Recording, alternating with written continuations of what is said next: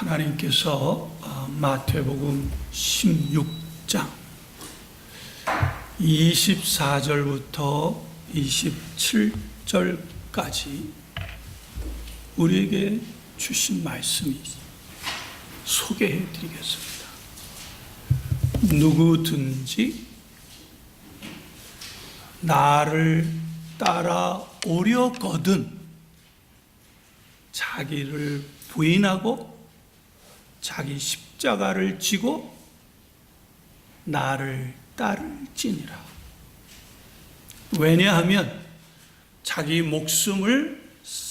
누구든지 자기 목숨을 구하는 자는 잃어버릴 것이요, 누구든지 자기 목숨을 나를 위해서 잃어버리면 되찾으리라. 사람이 온 천하를 얻고도 자기 목숨을 잃으면 무슨 소용이 있느냐. 인자가 아주 중요하죠. 하나님의 영광으로 그 천사들과 함께 올 때에 각 사람의 행위대로 심판하리라. 이게 아주 중요해요. 그러니까 각 사람대로 인자가 마지막에 하나님의 영광으로 천사들과 함께 올 때에 우리들이 어떻게 했느냐에 따라서 상급이 받게 된다는 말씀입니다. 그러니까 목숨을 어떻게 하라고요? 이 세상 목숨이죠. 이 세상의 육신의 정욕에서 나온 목숨, 그렇죠? 이 세상의 안목의 정욕에서 나온 그 목숨, 이 세상의 이생의 자랑에서 나온 그 목숨을 어떻게 하라고요? 부인하라는 거예요. 미워하라는 거예요. 왜냐하면 이 세상의 육신의 정욕과 안목의 정욕은 하나님에게서 온 것이 아니고 다 세상에서 온 것이니라. 요한 1서의 말씀이죠. 세상도 지나가고 정욕도 지나가고 뭐예요? 오직 하나님의 뜻 안에서 행한 것만 남으리라. 근데요, 마태복음 16장 24절은요 조건문이에요. 누구든지 나를 따라오려거든. 그래서 영어 성경은요 if라고 하는 조건절을 썼어요. 그러니까 if anyone or you 혹은 would you come after me, 네가 나를 따르려거든. 조건절이에요. 그런데 너는 you must or he must deny himself. Deny yourself. Take his cross and follow me. 그러니까 자기의 십자가를 지고 나를. 그러니까 내가 예수님을 믿는다고 한다면, 정말 하나님 보시기에 진실된 신앙인이 되고 싶다고 한다면, 그래서 예수님의 제자가 되고 싶다면요, 그렇다면 어떻게 하라고요? 자기를 부인하는 거예요. 그러니까 결국 자기를 부인한다는 게 뭐예요? 예수님을 따르는 게 되는 것이에요. 그러니까 예수님을 따른다는 건 뭐예요? 육신의 정욕과 이생의 자락과 안목의 정욕에서 나온 것을 어떻게 해요? 미워하는 거예요. 그걸 미워하게 되면 어떻게 된다고요? 역설적으로 하나님께서 그보다 더 큰 것으로 되찾게 해주시겠다는 것입니다. 할렐루야. 여러분들 이런 신앙인이 되시기를 주님의 이름으로 축원합니다. 신앙할 때는 아주 미시적인 안목이 아니라 아주 거대한 안목을 가지셔야 됩니다. 저는 늘 이 마태복음 16장 21절, 22절을 볼 때마다 늘 이렇게 즉각적으로 떠오르는 것이 있어요. 왜냐하면 예수님이 내가 며칠 후에 예루살렘에 올라갈 거다. 그런데 예루살렘에 올라가게 되면 이 말이 늘 거스리는데 이제 조금 이해가 되기 시작하는 거예요. 장로들과 대제사장들과 서기관들에 의해서 고난을 받고 죽임을 당하고 3일 후에 부활한다. 제 생각은 그예요. 왜 하필 장로들에게 고난을 당하고 죽임을 당할까요? 왜 하필 대제사장들에게 고난을 당하고 죽임을 당할까요? 왜 하필 서기관들에 의해서 고난을 당하고 죽임을 당할까요? 장로들과 대제사장들과 서기관들은 뭐를 대표하는 사람입니까? 뭐에 대한 전문가들입니까? 하나님을 섬기는 사람들이에요. 성경에 굉장히 정통한 사람들이에요. 근데 저는 이게 별로 납득이 안 됐는데, 제가 목회 생활하면서 점점 깨닫게 되는 게 뭐다. 그렇구나. 오늘날도 나 같은 거짓 목사들에 의해서, 사꾼 목사들에 의해서 예수님은 고난을 당하고 핍박을 받는가를 깨닫게 됐어요.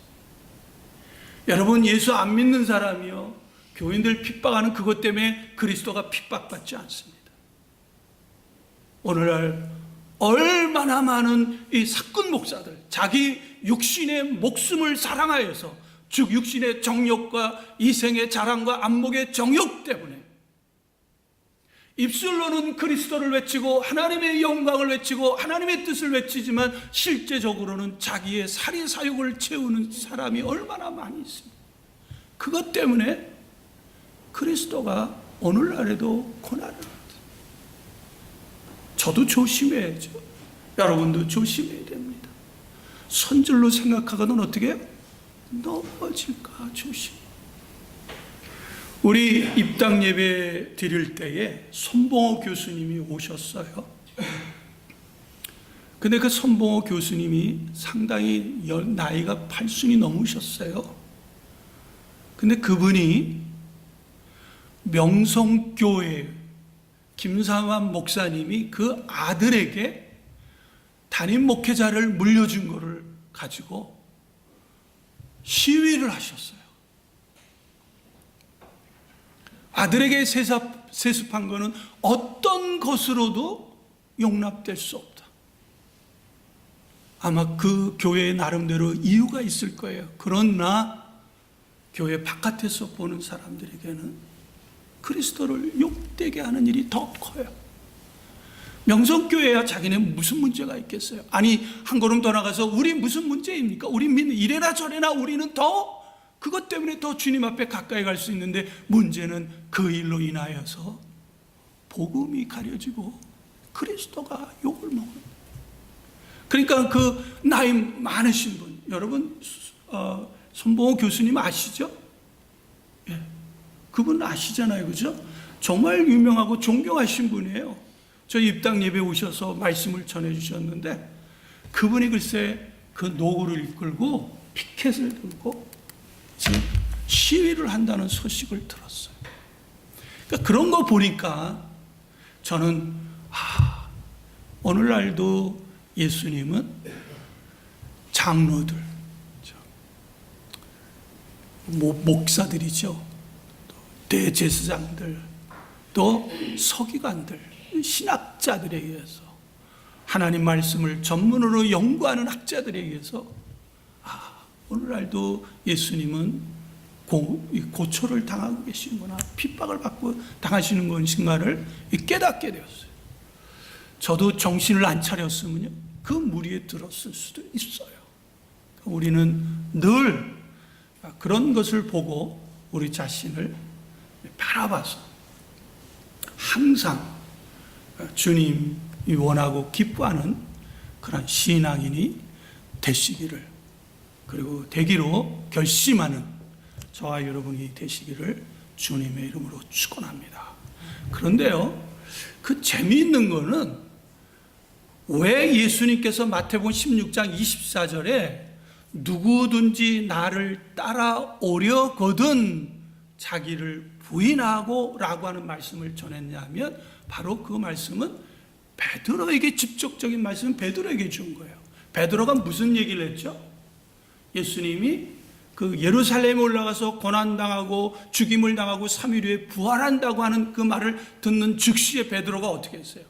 예수님 그리하지 마세요라고 굉장히 강압적으로 책망하듯이 얘기를 했어요. 그때 예수님이 뭐라고 말씀했냐면 그런 베드로 보고요, 사단아, 사단이라고 뭐라고 했었어요.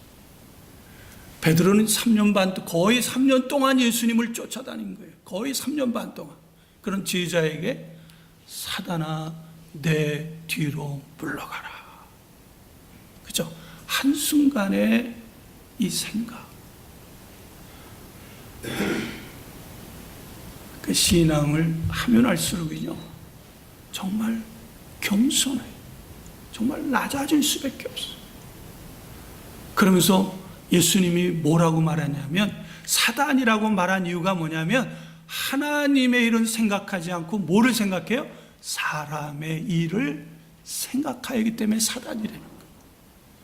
안타까워요. 만약에 이 명성교회에 계신 분들이, 저 사랑의 교회에 계신 분들이 하나님의 일을 생각했다면, 자기들의 생각을 하지 않고 자기들의 유익을 굽지 않고 자기들이 이해하는 것보다 그것을 포기하고 그것을 자기를 부인하고 하나님의 일을 먼저 생각했다면, 아니 제가 지난날에 잘못한 거, 아니 우리가 지난날에 실수한 것들 중에서 우리의 입장을 대변하지 않고 우리의 이익을 구하지 않고 하나님의 일을 먼저 생각하고 하나님의 일을 먼저 생각했다면 그런 일이 안 벌어졌을 텐데 하는 그런 아쉬움이 있어요. 오늘 본문도 마찬가지예요. 본문이요, 문제가 어떤 문제냐면 이 세례 문제 때문인데, 이 세례를 받는 사람들이 다 어디로 갔다가, 오늘 본문에 보면 여기를 어디를 보시면 됩니까? 이 26절 하반절에 보면 세례를 베풀 때 사람이 다 누구에게 간다? 그에게로 몰려간다. 다 간 건 아닙니다. 그죠? 그것이 문제가 된 거예요. 그러니까 예수님한테 많은 사람들이 세례를 받으러 가고, 정작 세례를 주었던 원조인 세례 요한한테는 사람이 적게 온 거예요. 이것이 문제가 되는 순간에 세례 요한은 즉시 뭐를 깨달았느냐? 우리 24절 같이 한번 읽어봅시다. 시작. 요한이 아직 옥에 갇히. 제가 지난 시간에 뭐라 그랬죠? 여기에 뭐가 빠졌다? 가르. 그러니까 이 문제가 왜 발생한 거예요? 세례 요한이 옥에 갇히지 않았기 때문이라고 하는 암시도 주는 거예요. 직접적인 설명도 되는 거예요. 그러면서 동시에 뭐예요? 세례 요한이 앞으로 어떻게 될 거라는 걸 암시를 주는 거예요. 옥에 갇히. 그래서 마태복음 14장에 보면은 세례 요한이 갑자기 전혀 자기 사역하고 다른 그러한 이 당시에 헤롯 왕에게 비난을 하기 시작합니다. 그때 당시 그 헤롯 왕이 그의 동생 빌립을 죽이고 그의 아내 헤로디아를 자기 아내로 취했어요. 그래서 세례 요한이 그 잘못을 막 공개적으로 막 비난하기 시작하니까 왕이 견딜 수 없으니까 그를 잡아서 옥에다 집어넣습니다. 그런데 많은 분들이요, 세례 요한의 그 면만을 보고 세례 요한은 사회의 불의를 위해서 들고 일어섰다. 그렇지 않습니다. 세례 요한은 여러분이 누가복음 1장을 보고 또 세례 요한에서 잘 보면 세례 요한은 처음부터 뭐해? 성령 충만하고 예수 그리스도를 위해서 뭐해? 길을 예비하는 사람. 그래서 자기를 뭐해? 광야의 소리로 비유하고, 오늘은 자기를 누구하고 비교했어요? 신랑의 친구로 비교를 했어요. 나는 메시아가 아니다. 나는 그리스도가 아니다. 그러면서 그리스도가 아닌 것을 누구랑 비교했어요? 신랑의 친구로 비교를 했어요. 그러면서 세례 요한이 옥에 갇혀버렸어요. 그러면서 아주 정작 중요한 얘기, 옥에 갇힌 그 이유가 뭔가 우리 30절 같이 한번 읽어볼까요? 시작. 그는 흥하여야 하겠고 나는 세어야 하니라. 그런데 그 마음이 어떤 마음이었다고요? 29절 같이 읽어봅시다. 시작. 신부를 취하는 자는 신랑이나 서서 신랑의 음성을 듣는 친구가 크게 기뻐하나니 나는 이러한 기쁨으로 충만하였노라. 제가 미국 이민 생활을 꽤 오래 했잖아요. 그러면 거의 한국인 부모들, 거의 1세대들은 이민 온 이유가 무엇이냐고 물을 필요조차도 없어요.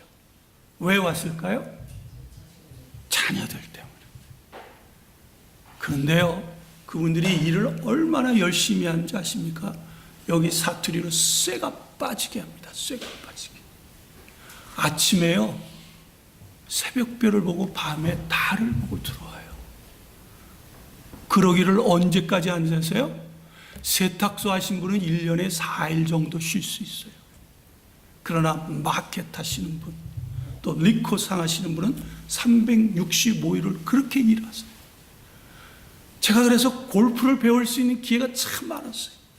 우리 다닐 때 신학교에, 미국에는 골프장이 많으니까 우리 신학교 옆에도 골프장이거든요. 신학교가 크니까 골프를 배울 수 있는 기회가 많은데 차마 그분들 생각들 때문에 해서 제가 골프채를 안 잡았어요. 그게 죄가 되는 건 아니에요. 그래서 다른 목사가 골프 치는 건 제가 뭐라고 안 해요. 뭐 테니스나 뭐 다 똑같은 운동 아니겠습니까? 그런데 골프를 치면 하루 종일 걸리잖아요. 18홀까지 돌면 몇 시간 걸리잖아요. 근데 그 이민자들은 쇠가 빠지게 해요. 그래서 이제 신방을 가면 특히 그 한여름에요, 세탁소에서 뜨거운 열기속에서 땀을 뻘뻘 흘리면서 일을 하면 마음이 아파. 이렇게 고생해. 그러면 분명히 고생인데 이분들은요 굉장히 즐거워요. 누구 때문에 고생하는 거예요? 자식 때문에. 힘이 안 들대는 거예요. 분명히 힘이 들지만은 그러나 마음이 기쁘대는 거예요. 왜? 이미 한국인 자녀들이요 머리가 기가 막히거든. 한국 사람이요, 여러분들은 이 안에서 모르지만요, 이 세계로 나가기 시작하면 IQ가, 머리가 좋다는 것이 확 드러나요. 전 세계에서 IQ 높기로 손꼽는 나라가 어디예요? 한국이에요. 그 태연 씨도 미국 나가잖아. 그럼 여기서는 수학에 힘들고 뭐 저하지만 거기 가면 수학의 천재가 된다. 그만큼 한국 사람들이 기가 막혀. 그러니까 아이들이 아주 공부를 쑥쑥쑥 잘하고 성적도 좋으니까 부모들이 1년 내내 못 놀아도 기쁜 거예요. 즐겁고. 그러니까 여기 오늘 본문 뭐예요? 세례 요한이 이런 기쁨에서 스스로 옥에 갇힌 거예요. 옥에 갇히는 거는 물론 힘든 거예요. 그러나 그 힘든 것 중에서 뭐가 있어요? 기쁨이 넘쳐. 그렇다면 이제 오늘 본문을 통해서 하나님께서 저와 여러분에게 주시는 메시지는 뭐냐? 거듭난 사람들 특징 중에 하나죠. 그리스도를 위해서 스스로 자신을 옥에 가두는 사람들. 그리스도를 위해서, 그리스도를 흥하게 하기 위해서 자기를 스스로 옥에 갇히는 거예요. 여기 옥이라 그러면요 감옥만 생각할 필요가 없어요. 옥이라면 성공의 옥도 있어요. 예를 들면 예수 그리스도가 흥하게 하기 위해서 내가 성공을 해야 된다면, 그러니까 내 사심에서가 아니라, 그렇다면 나를 어디다 가둬야 돼요? 성공의 옥 속에 가둬야 돼요. 그게 신앙이에요. 내가 그리스도의 성공을 위해서 부요한 자가 되어야만 된다고 생각한다면 우리는 부요한 자가 되는 그런 옥 속에 우리를 가둬놓고 철저히 그 일을 감당해야 돼요. 예수 그리스도가 흥황하고 예수 그리스도가 성공하는 그 일이라면, 내가 공부를 해야만 그 일이 된다면 철저하게 우리 자신을 공부의 옥 속에 가둬버려요. 반면에 예수 그리스도가 흥황을 하고 성공을 해야 된다고 한다면, 그런데 내가 쇠퇴해지고 내가 아픔을 당해야 되고 내가 희생을 당해야 된다면 어떻게 해요? 희생의 옥에 나를 가둬버려요. 그리스도가 흥왕한다면, 그리스도가 성공한다면, 그래서 그것 때문에 내가 희생이 필요하고 나의 노력이 필요하고 나의 봉사가 필요하고 나의 기도가 필요하고 나의 이런 뭔가 주님을 위한 그런 헌신이 필요하다면 그러한 옥 속에 가두는, 그러니까 우리 자신이 옥에 가두는 게 중요한 게 아니죠. 뭐가 중요한 거예요? 그리스도가 흥하는 게 중요한 거예요. 그러니까 그리스도를 흥하게 하기 위해서 어떻게 해요? 때로는 우리 자신을 기쁜 마음으로 옥에 가둘 수 있어야 돼요.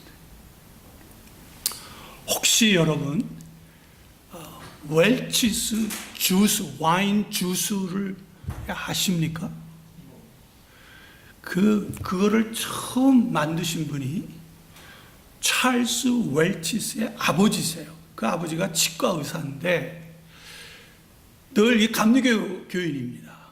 늘 불만이 뭐냐면 마음속에 꺼림칙한 게 성찬식 때에 알코올이 드는 와인을 가지고 하는 거예요. 이때 당시가 19세기니까 지금은 안 그러지만 그때 당시만 해도요, 성찬식하고 제가 어렸을 때 신앙할 때도 마찬가지였어요.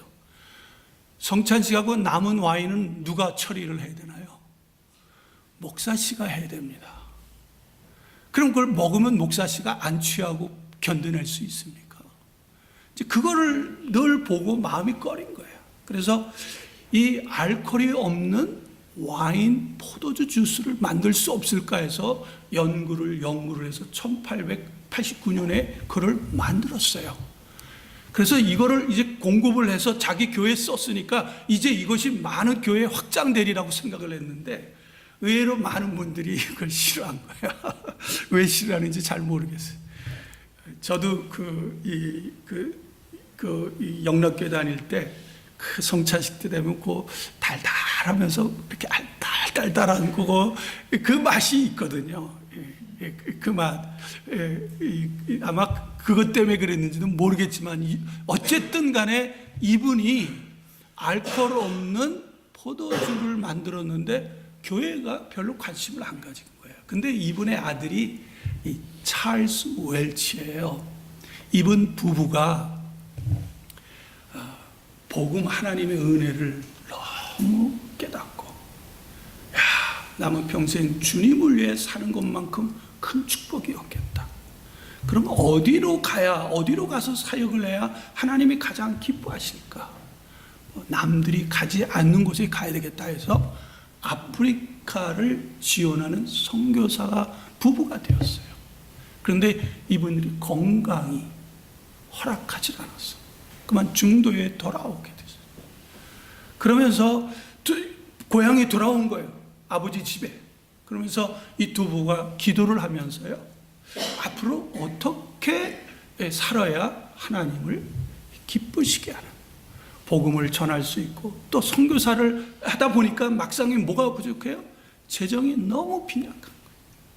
여러분, 저도 큰 교회에서 사역도 해봤지만 선교비를 보내는데 많이 보내는 거 아닙니다. 교회는 수백억, 수천억 들여서 할렐루야 하면서 성도들이 그런 거에는 헌금 엄청 많이 합니다. 의외로 성도들이요, 선교비는 잘 안 내세요. 교회 건물 질 때 수천억, 제가 저를 유일하게 한국에서 소개도 해주고 인정해준 목사가 있어요. 제가 개인적인 이름 안 할게요. 지난번에 한번 얘기했는데 금방 또 연락이 오더라고요. 그래서 제가 그 이름은 빼겠습니다 했는데 뭐 어떻게 고쳐야 될지 모르니까 이분이 무슨 또 건물을 몇백억짜리를 짓는다는 거예요. 이분이 교회가 커세요. 교회 지교회도 있어요. 몇 개가 돼요. 기도원도 있어요. 그런데 또 200억을 들여서, 구체적으로 또 얘기하면 또 드러나겠네. 또 짓겠다는 거예요. 그래서 제가, 목사님, 이렇게 지금 한국의 기독교 이미지가 나쁜데, 목사님, 그걸 한번 가난한 사람 혹은 사회복지로 다 헌금 한번 하십시오. 그래서, 기독교도 이런 있구나 한번 보여주세요. 이렇게 얘기를 했더니 그냥 싹 달라지고 그 다음부터 저를 안 만나주시더라고요. 예, 뭐 어쩔 수 없죠. 이분들이 그 선교 현장에 가니까 너무 열악하고, 그래서 그걸 모든 것을 감싸면서 기도하기 시작했어요. 하나님, 어떻게 해야 주의 복음 확장시킬 수 있고 선교할 수 있겠습니까? 기도하는 중에, 몇 개월 동안 기도하는 중에 자기 아버지가 만든 무알콜 포도 주스가 생각이 나. 아, 그렇다. 이거를 상품화 시키자. 그래서 그거를 웰치스 와인 주스라고 해서 웰치 가문의 이 알코올이 없는 주스로 상품화를 시켰는데, 그것이요 점점점 확장이 돼서 오늘날은 뭐죠? 전 세계 거의 이렇게 안 팔리는 데가 없어요. 지금 전부 다. 근데 이분이요 11조는 물론 10의 5조를 전부 다 교회와 교회를 개척하고 선교하는 데 쓰고 있어요. 그러니까 이분은 뭐를 쓴 거예요? 복음을 위해서 사업을 어떻게 한 거예요? 자기를 사업에 옥수에 가둬버린 선교사였지만, 그러면 훌륭한 선교사 아닌가요? 그렇죠? 선교지에서만 하는 그런 선교사 아닙니까? 보내는 선교사, 그죠? 사업하는 선교사 아닙니까? 오늘 이 본문을 통해서요, 주님이 저와 여러분에게 주신 메시지예요. 참된 믿음이라는 것, 제가 참된 믿음이라고 하는 것은 성경에서 계시하는 믿음은 그 결과적으로 나를 흥하게 하는 것보다 먼저 그리스도를 흥하게 하는 거예요. 이제 정리하는 거예요. 그러니까 그리스도가 흥하는 길이 내가 공부하는 것이라면 어떻게 해야 되겠어요? 아까도 얘기했지만 공부하는 옥속에 가둬버려요. 그래서 우리 이제 특별히 지난주에 정말 수고 많이 했어요. 고생 많이 하시고 나름 아주 정말 잘 준비됐어요. 그렇다고 해서 완벽하다는 얘기는 아닙니다. 그러나 나름 정말 잘하셨어요. 근데 특별히 두 분, 교회 사역 가운데, 교회 움직임 속에서 뭐가 드러나야 되겠어요? 그리스도가 드러나야 되는데, 두 분이 움직이면 움직일수록 뭐가 흥황해야 되나요? 그리스도가 흥황하고 그리스도가 성공해야 돼요. 두 분의 이름이 드러나기를 원하시면 우리 교회에서 아마 실망할 겁니다. 정말 두 분이 예수 그리스도를 따르기를 원하고 예수 그리스도의 제자가 되기를 원하고 성경이 계시하는 참된 신앙인이 된다고 한다면 두 분의 흔적 속에서 예수 그리스도만 남기기를 주님의 이름으로 축원합니다. 그래서 여러분들이 언젠가 여러분의 삶을, 지나온 삶을 비교해 볼 때, 내가 행복했다, 내가 즐거웠다라고 하는 그 기준이 그 속에 뭐가 들어있어야 돼요? 그리스도가 흥하는. 그래서 여러분의 그 삶을 이렇게 일일이 쪼개 볼 때 누가 튀어나와야 돼요? 예수 그리스도만 툭툭 튀어나오시기를 주님의 이름으로 축원합니다. 그렇다면 자, 오늘 본문을 통해서 하나님께서요 주시는 질문이 있어요. 도전이 있어요. 우리 각자의 삶 속에서 어떻게 사는 것이 그리스도를 흥하게 하는 것일까? 이것이요 본문을 주신 하나님의 의도입니다. 이제 여러분들은 생각하셔야 됩니다. 기도하셔야 됩니다. 여러분의 삶 속에서 내가 가정주부라면 가정주부로서, 내가 학생이면 학생으로서, 내가 사업하는 사람이라면 사업하는 사람으로서 어떤 것이 그리스도를 흥하게 하는 것일까 찾아내시고, 만약에 찾아냈다면 그 속에 여러분 자신을 가둬놓으시기를, 그래서 하나님 보시기에 가장 축복된 신앙이 되시기를 주님의 이름으로 축원합니다. 오늘 잠시